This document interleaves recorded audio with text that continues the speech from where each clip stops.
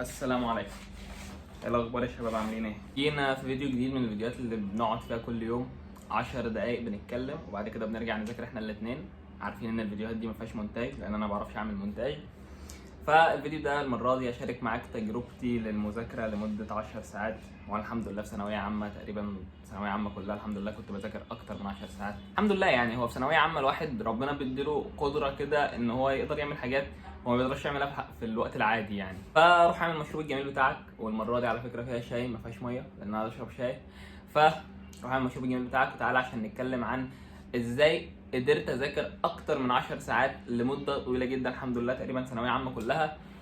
شارك معاكم التجربه دي وما تنساش تعمل لايك بقى، تعمل كومنت لو عجبك المحتوى، سبسكرايب، ما عجبكش اعمل لي بلوك. يلا بقى نتكلم. بص، هو انا كنت بحاول اخلي على قد ما اقدر اخلي المذاكره ممتعه، بحيث ان انا ما هو انت بص لو لاحظت وانت بتلعب مثلا ماسك الموبايل بتلعب، فانت دي حاجه انت مبسوط منها، فانت مستمر فيها وتقدر تقعد مثلا تلعب لمده 6 ساعات 7 ساعات، ممكن اليوم كله تفضل تلعب. ليه؟ لان انت مستمتع بالحاجه اللي انت بتعملها.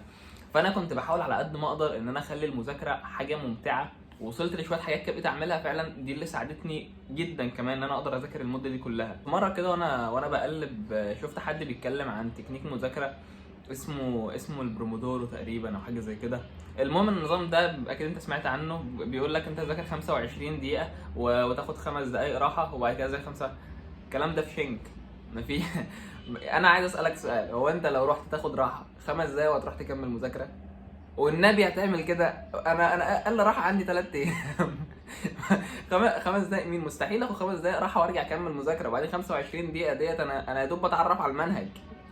فالطريقه دي انا حاولت اجربها، لقيت انه 25 دقيقه انا لا مش فعاله، ما تذاكرش بالطريقه دي. اول حاجه عايز اقولها لك ان انا كنت بصحى بدري.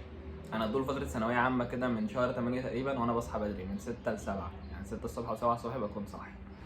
ديت برضو حاجه من اللي هي الحاجات اللي بتخليك تحس ان اليوم طويل. بعد كده اول خطوه في ان انا اخلي المذاكره ممتعه، وهي ان انا قبل ما ابدا مذاكره ببقى مقفول من المذاكره. دي حاجه لاحظتها بقى، ان انا قبل ما ابدا مذاكره اصلا بكون مقفول، انا مش عايز اذاكر الحاجه اللي انا رايح اذاكرها دي، انا شايف ان الموضوع معقد والموضوع صعب.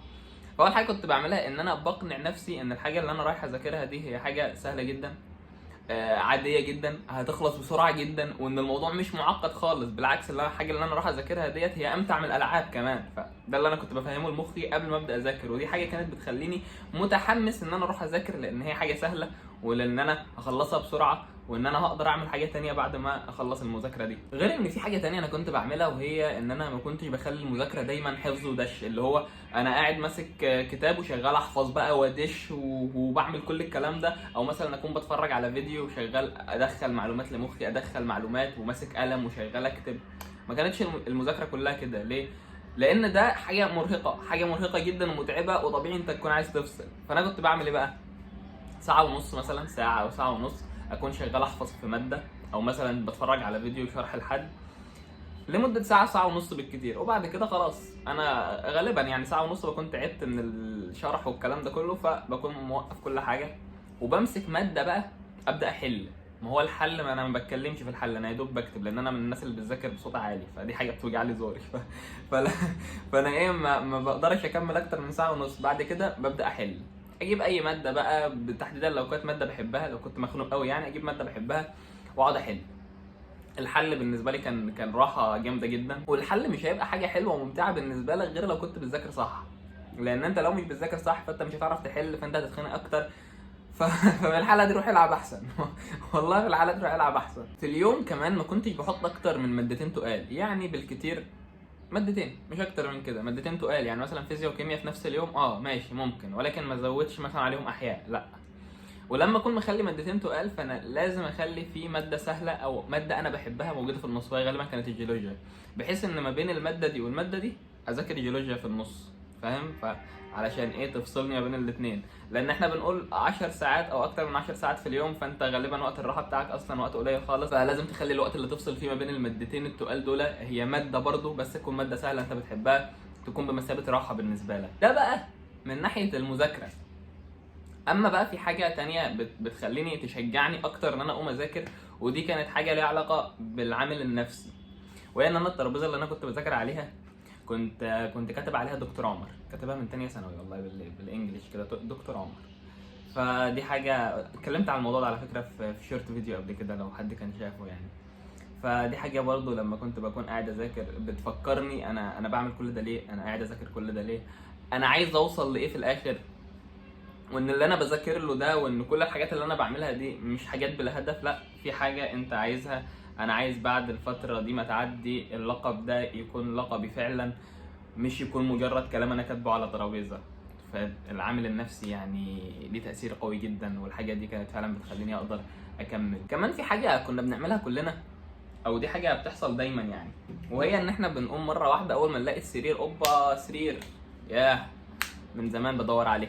كنبة انت كل لسه قايم من على السرير تشوف الكنبة في الصالة، من نفسي اريح، انا نفسي اريح من بدري وتروح ماسك الموبايل بقى وتروح على الكنبه او تروح على السرير وتفضل بقى تقلب في الفيس، تقلب في اليوتيوب، تقلب في تليجرام، تقلب في اي حاجه بتتقلب فيها. تفضل بقى تقلب مره واحده تلاقي نفسك بتسهى بقى وبتروح والوقت بيجري. على فكره برضه عايز اقول لك على حاجه، عارف التيك توك اللي بنقلب عليه ده؟ انت لو تلاحظ حاجه ان هو اسمه تيك توك، اللي هو علامات الساعه تيك توك، فاهم ليه؟ لان هو بياخد من وقتك كتير جدا من غير ما تاخد بالك، تيك توك. فلما كنت بعمل كده كانت دايما بتيجي في بالي اللي هو والله الحاجات دي كانت بتحصل بجد. لما كنت بقعد اعمل كده مثلا اقعد على السرير يعني واقعد الف حاجه زي ديت، كنت بقول لنفسي اللي عايز يكون دكتور ما بيعملش الحاجه اللي انت بتعملها دي. اللي عايز يكون دكتور ما بيضيعش وقته بالطريقه اللي انت بتضيع بيها وقتك دي. فوالله بجد انا فاكر المره دي لحد الان، ساعتها لما قلت لنفسي كده قمت اذاكر بعدها على طول. فالعامل النفسي يا جماعه مهم جدا، والله مهم جدا جدا في الثانويه العامه. وبس ده كل حاجه كنت بعملها عشان اقدر اذاكر المده الكبيره دي جدا.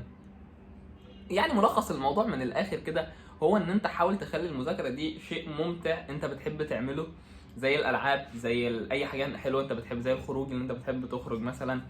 فحاول تخلي المذاكره شيء ممتع زي الحاجات الممتعه اللي انت بتضيع فيها وقتك بشكل كبير جدا. وكمان مره ما انصحكش انك تجرب حوار البرومودورو ده وحوار 25 دقيقه. مين هيذاكر 25 دقيقه ومين هياخد 5 دقائق راحه بس؟ فالموضوع حلو من ناحيه وحش يعني، ماشي قشطه اذاكر 25 دقيقه لكن 5 دقائق راحه لا حرام. 25 دقيقة يومين راحة ما منطقية. بس فلو وصلت لاخر الفيديو بقى انزل قول لي ان انت وصلت لاخر الفيديو، وهعمل لك لاف برضه. يعني انا كنت مناوي ان الفيديو ده ما اقولش ان انا هعمل لك لاف، بس لا انت حبيبي يعني طالما بتكمل الفيديو الاخر انا هعمل لك لاف. سلام.